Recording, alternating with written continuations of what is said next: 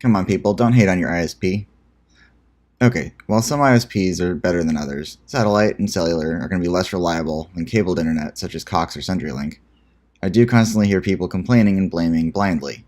Oh, ISP XYZ is such crap, my internet goes down constantly. My question is, did it really go down? Keep in mind there are tons of moving parts to the internet. That one little blip that may or may not be your ISP's fault could cause your internet in your household to go down. So what's my recommendation? Well, in Arizona, Cox is definitely the better bet of the two. Unless you've lucked out and live in a spot where CenturyLink speeds are faster, Cox is my recommendation 100%. And make sure you have the internet plan to meet your usage. For example, if you're on a 12 megabit plan, you're going to be in pain if you try to run very much through that garden hose of bandwidth.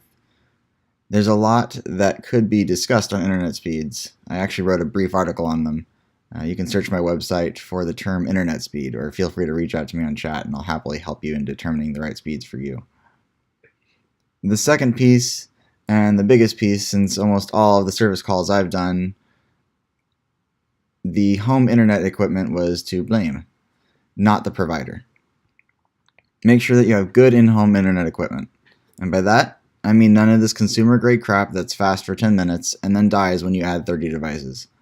Typically, these devices are doing the job of multiple devices in one, which puts a lot of strain on it and is like trying to drive through 3 lanes of traffic at 100 miles per hour while eating a sandwich and reading the news. The Ubiquiti Edge router and the Unify access points are exclusively what I'll recommend. It's what I run at home and have now installed in more than 20 locations.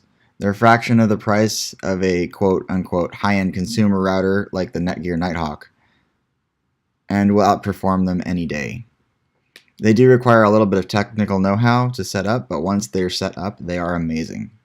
I play online games and I've yet to be disconnected, and I'm doing this all while my family's watching Netflix and while I'm downloading stuff on my laptop next to my PlayStation. Of course, the wiring of your house is also going to come into play. For example, if your wiring is in poor condition, it won't matter what your equipment is. Your modem, the piece of equipment that connects you to the internet through your ISP, is going to have a hard time staying connected. Think of the cables as roads, and the roads having potholes making the journey bumpy. Same thing with your internet, more or less. Well, there's nothing in the world that'll guarantee that you'll never have internet problems. As I mentioned before, it's a volatile beast. It will certainly improve the odds of the system that you can control.